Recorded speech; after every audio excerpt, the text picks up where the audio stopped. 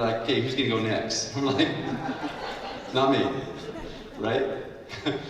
But we adjusted things, redid some things, and then it was safe. And then it was fine. But his son had to be the guinea pig and go through it. But that taught us an important lesson. Sometimes we have to adjust. Bad things happen sometimes, but we have to readjust.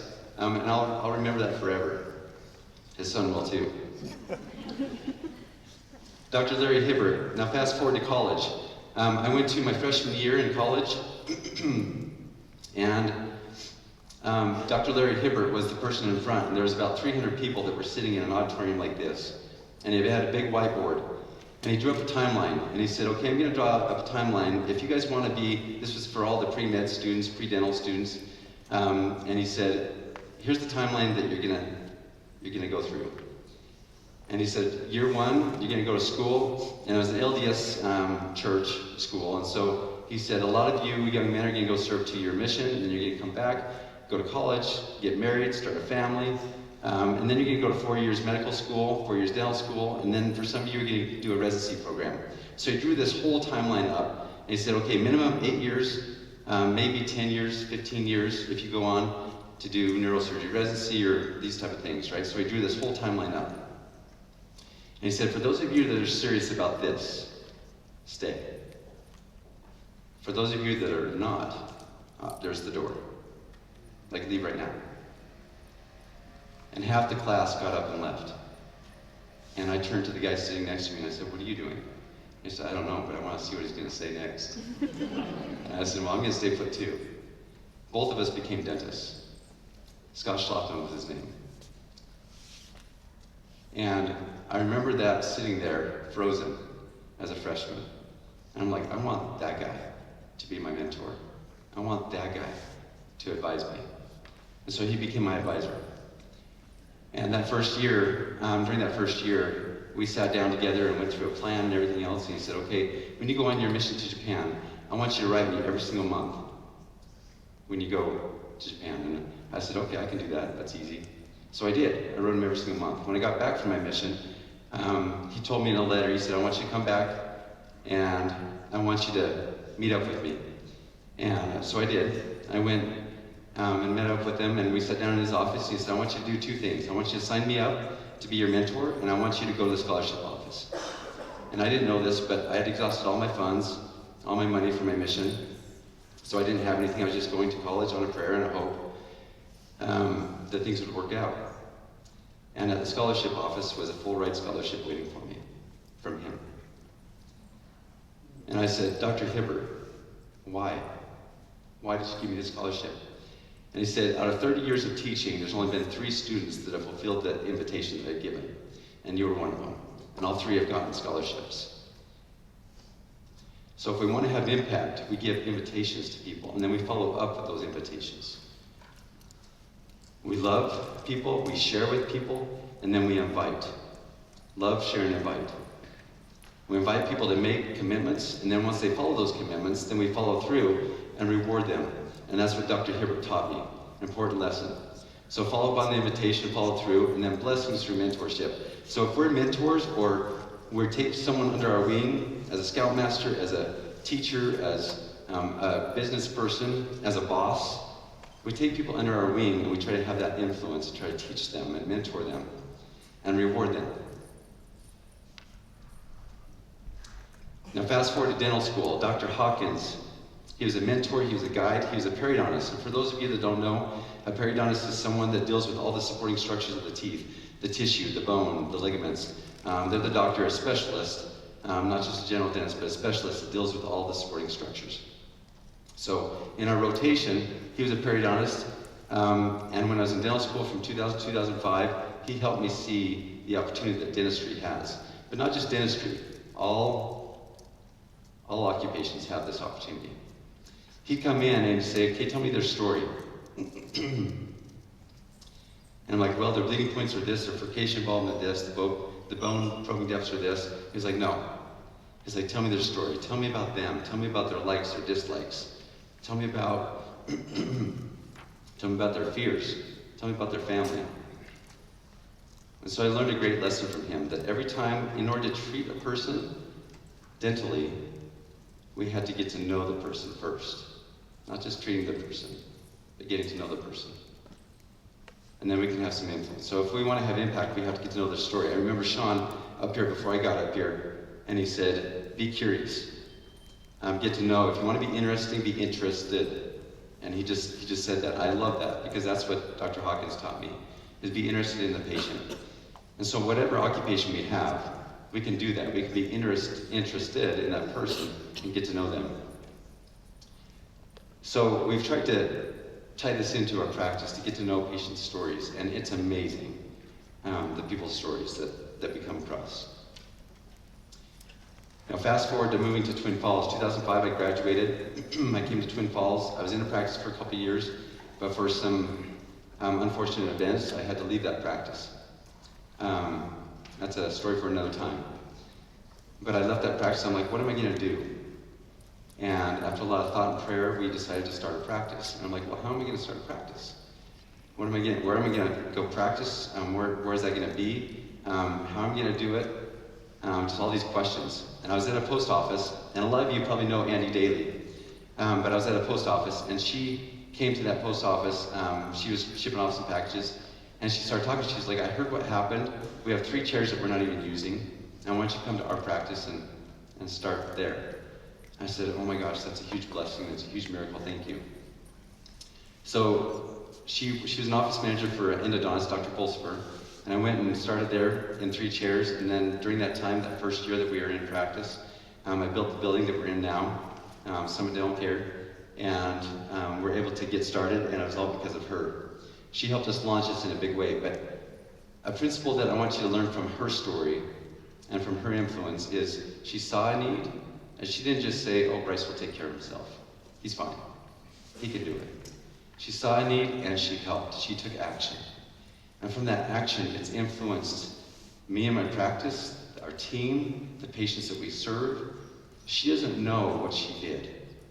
I've thanked her so many times, but she's had a lot of things in her life that she's had impact on the city of Twin Falls. She's done so many things. Amazing, amazing person. But she continues to love, serve, and help those around her. But the principle, again, you see a need, fill that need. And take action. So fast forward into the practice. I knew that we wanted to have some impact on patients, but I didn't know how to do that. I knew I wanted to learn their story. I knew that we wanted to not just treat the patients dentally, but get to know them emotionally, spiritually, as people, and get to know their stories. This is one of the patient that I met right out of the gate, starting the practice, Ron Madsen. And I'll just read this right here, because this is amazing. I called his daughter to learn a little bit more. He's since passed, but his daughter works here at CSI. She's a professor. Kimberly Madsen. Amazing, amazing woman. But Ron Madsen joined the U.S. Navy in 1950, then joined the Army in 1955, served in the Vietnam War as a helicopter pilot, where he earned all these amazing awards: Distinguished Flying Cross, Bronze Star, Air Medal with 21 clusters, Cross of Gallantry, and a Purple Heart. You'd think that this guy would come in with a puffed out chest and be like, hey, look at me, I've won all these awards. He was one of the most humble guys I've ever met. And he said he had been missing a lot of teeth, and he said, I just want some teeth back so that I can chew a good steak. That's what he wanted. He just wanted to chew a good steak. And I said, we can help you out with that. He moved back to Twin Falls in '77. He worked as a bush pilot in Canada and Alaska, life flight pilot, fought fires, became the Twin Falls airport manager from '88 to '97. In Twin Falls, he had a lot of influence, a lot of impact on a lot of people. And I said, what can we do for this guy after we just give him the teeth and do all the dental treatment and things? What can we do for him that would have some, just tell him thank you for your service, thank you for what you've done. And I didn't come up with this idea, but my team did. And so a principle is the people around us like to have impact. Not always does it come from us. It comes from our team, the people that work with us. So the idea came up that, hey, why don't we give him some juicy steaks? When we give him the ability to chew again, let's give him some juicy steaks. So we did, and when I gave the steaks to him, and they were big, they were really big. I gave the steaks to him, and he started to cry. It was just meat. He started crying. He said, no one's ever done something so nice for me. And we shared a moment in the dental chair. And I had my hands in his mouth so he could talk. We're talking back and forth. And I said, Ron, we love you. Thank you for your service. Thank you for what you've done. Here's some steaks. Enjoy these tonight. Or I said, enjoy these later. Don't try them tonight. He's into it. And gave him the post-op instruction, everything else, and saw him on his way. Well, I called him that night. We call all of our patients. We get every night, just check up on him. I called him and I said, Ron, how you doing? He was like, I'm cooking up the steaks right now, Doc. I'm like, no, don't cook them up right now. Don't do that. I'm like, wait a few days, take it for a test drive, and then do that. And he's like, too late. I'm cooking them up, I'm having them. I'm like, okay, be careful. But if you go to the airport here in Twin Falls, there's a mural. And that helicopter is on that mural. So as you go to Twin Falls Airport, that's Ron Madsen, and his name is on that helicopter. So kind of cool. Now I might get a little emotional with Chantel Johnson. Chantel, you here? Right here. You stand up. She is awesome.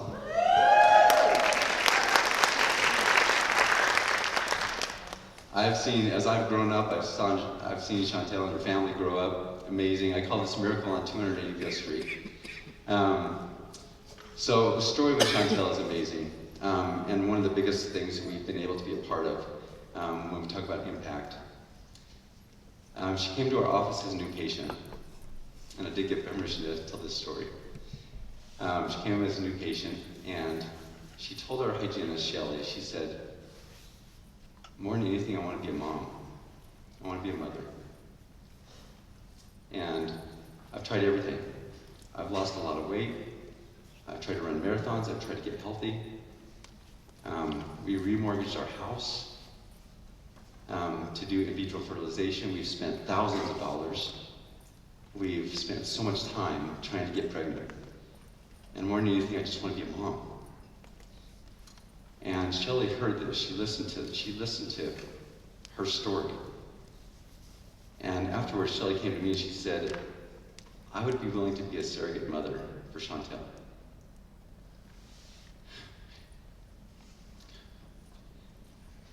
Like, what? You'd be willing to carry someone else's baby? She's like, yeah, after hearing her story and what she's done, it's incredible. She wasn't a surrogate mother, but years later she was for someone else. Chantel had that influence on this hygienist. A couple over in New Zealand. That's a whole other story. But I was like, wow, Shelley. And I was like, that's incredible. And then I was in a church setting, and then something hit me in my heart.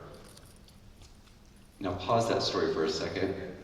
I had an assistant in my practice that was having trouble getting pregnant. She was also my cousin. And she went to a chiropractor, Dr. Arrington, here in town. And she was having some adjustments and some supplements done. And I didn't know this, but if a woman's hips are not in line, then the cervix isn't in line and the sperm can't reach the egg. And so what the chiropractor does is he adjusts the hips, adjusts the cervix to be able to allow a straighter pathway for fertilization. And my assistant was going through this. She ended up getting pregnant. And it was a miracle for her and her family. And I was sitting in a church setting, now unpause. I was sitting in a church setting, and I believe in a higher being, the Spirit. And the Spirit hit me, and the Spirit said, you need to sponsor Chantel. You need to sponsor Chantel to go to that same chiropractor, receive the same treatment, do the same thing that your assistant did. And maybe, just maybe, a miracle might occur for her. And her wish of becoming a mom might come true. And so I called up Chantel. I'd only met her once. I called up Chantel and I said, Chantel, this is the dentist you just barely saw. We're gonna have a weird conversation. And don't judge, just go with it. But I said, we want to sponsor you to go to this chiropractor and have some treatment done. And tears in her, I could hear the emotion over the phone. This is 13 years ago.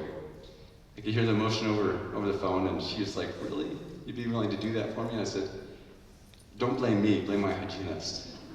My hygienist is the one that triggered that. So, the thought process. So she's like, thank you, thank you. So we did. We sponsored her for 2 months. Doctor called me up and said, we've tried for 2 months. We've had no success. I don't want you to waste more money, more time. I don't want Chantel to waste more money and more time. So I said, well, thank you, Dr. Arrington, for trying. I appreciate it. And he's like, it's not guaranteed. And I said, I totally get that. It's fine. We tried. Well, 2 weeks later,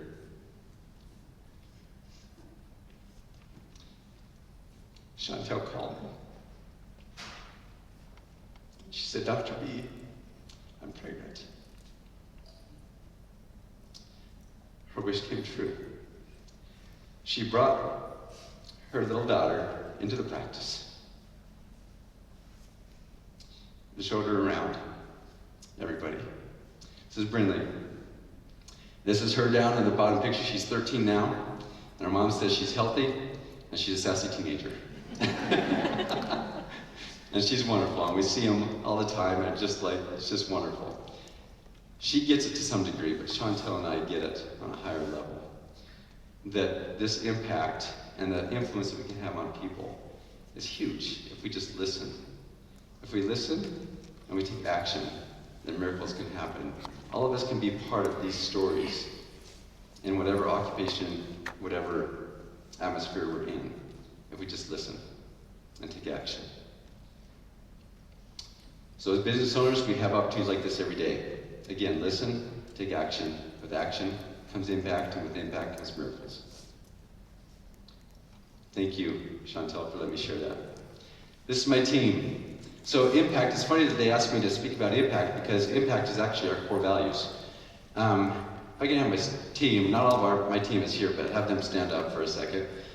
And Heidi's part of that team too. They're right here. You can give them a round of applause because they do this every day. Amen. Thank you. So we have half our team. We wanted to bring everybody, but we couldn't rearrange the schedule and do that with all the patients. But next year, Sennett and Carrie are bringing everybody.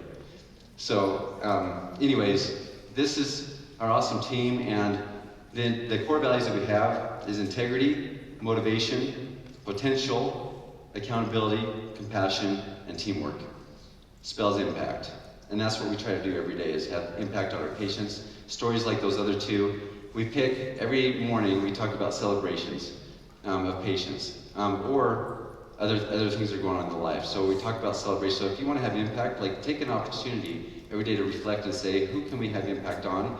Or weekly, and say, what can we do as a team to have impact on the people that we serve? So we talk about celebration. Then every month we pick 2 people to do something a little extra special for, like the steaks, or in Chantel's case, that was a big one. We don't get people pregnant, but that was a huge miracle. That was the biggest one that we were able to be part of. But we try to continue to do that and have influence. And we have seen some amazing things happen in our practice, where I remember one person that she came in and she was ready to jump off the bridge. And Dr. Perman, my partner in the practice, he took the time to just listen to her and her story and everything else. And we said, hey, let's just take over a bag of groceries. So we took over a bag of groceries to her, gave her some gift cards and things. And she came back and she said, I've never had anybody give so much love. I'm like, it's groceries. It's $60 at the time. It was probably $200 now. But she was like, that had so much meaning to me, that someone actually cared, that someone loved. Now, impact in your family. I'm going to circle around to the impact on the family. One of the most important roles that we have is that of a spouse, a father, or a mother within the walls of our own home. So what impact do we have on the people around us? A wise friend, this is a chiropractor over in Boise. He's now passed away, but he's the one that told me this. He says, we're here on this earth to serve, love, and spread our influence on our family. That's our purpose. And he lived that every day. He taught me some important lessons. Have equal love and high expectations. Now this is interesting. There's been studies that have been done with this, and I think this is huge to have impact. If you have high love and high expectations for your children or for the people that you have, in your business, then miracles occur. If you have high love and low expectations, then you can imagine what doesn't happen. If the expectations are down here and you have high love, they'll say, well, they'll love me regardless. The inverse is also true. If you have high expectations and low love, then they don't feel the love, but they have high expectations and they can rebel. So the principle is having high expectations, high love, equally as much. And not always does it work, but in most cases it does. Miracles can happen as we have those things. This last summer we had our son get married and then our daughter get married. This picture is the wedding with our daughter. And then our family, and my son and his wife are on the far left. And then our daughter is serving a LDS mission in South Korea, so we did a cardboard cutout to the right. So if she looks a little funky, that's why. So, I'm almost done with my time. If we want to have an impact, we have an opportunity right now to have impact. There's a children's museum that's being built here in Tuan, and there's been people that have been working tirelessly on this project for the last number of years. They've raised some funds, but they need more funds. And let me tell you just a little bit about what a children's museum is. When Heidi and I were over in Iowa going to school, there's a children's museum just right around the block, and I learned what one is. It teaches kids how to play, it educates kids, gives them opportunities to play, but it teaches them principles, life principles, that can last for a lifetime. And it teaches some core values, virtues, to these kids that will help them forever. And when we got to, we had a pass that we had the kids go there because they were young, and in Iowa there's not a whole lot to do. And so they go to the Children's Museum and play and learn and educate themselves about all sorts of different things. And Heidi had a wonderful experience. When I heard about this happening here in Twin Falls, I'm like, yes, we're behind this 100%. We got to do this. We've also been part of J Foundation. J Foundation, as a lot of you know, helps with suicide prevention, anxiety, depression, mental illness, and it's a wonderful organization. But what if we had a place where kids could go and prevent that, or help prevent that through this? Their vision is to have impact on the community and have a great place for kids to go, where they're educated, they're filled with wonder, and we have a community environment where the kids can come and learn together and focus on mental awareness, mental health, and teach them their potential, their value. And for the rising generation that's coming up, these young kids, we need a place where they can go. And so I'm asking, please take your phones out right now and take a picture of this QR code. I'll give you a couple seconds to do this.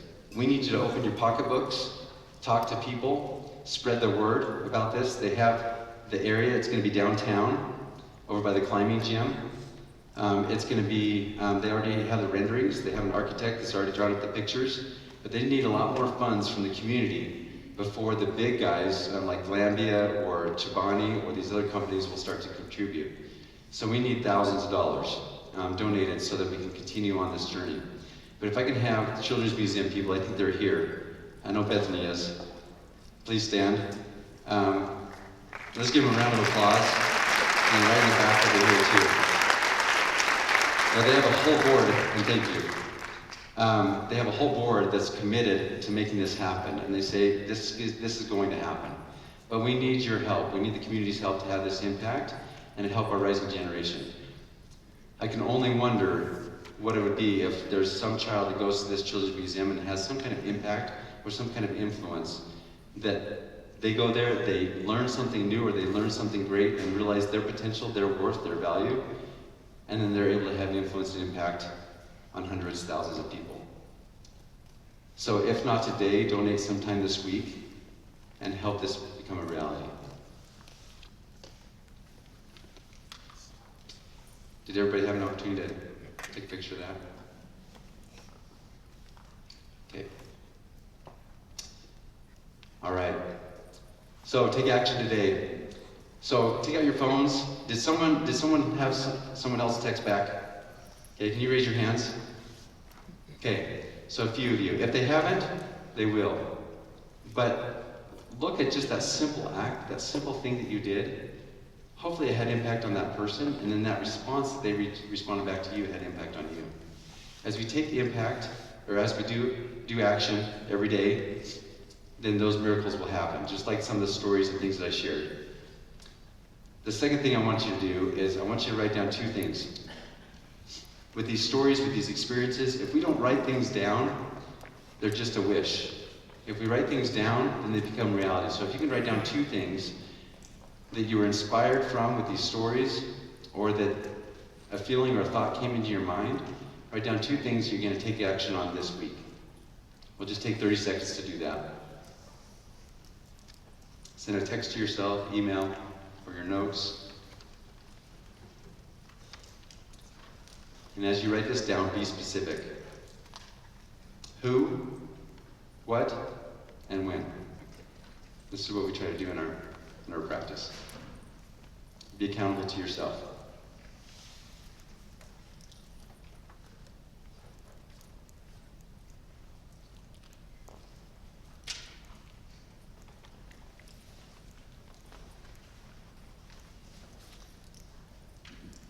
Okay. Well, thank you, everyone. Thank you again for coming today. With action comes impact, and with impact comes miracles. Thank you for being here and taking time out of your day. And I'll be seeing you out and about, I'm sure. Thank you again. Yes, keep it going for Bryce Barfuss, everybody.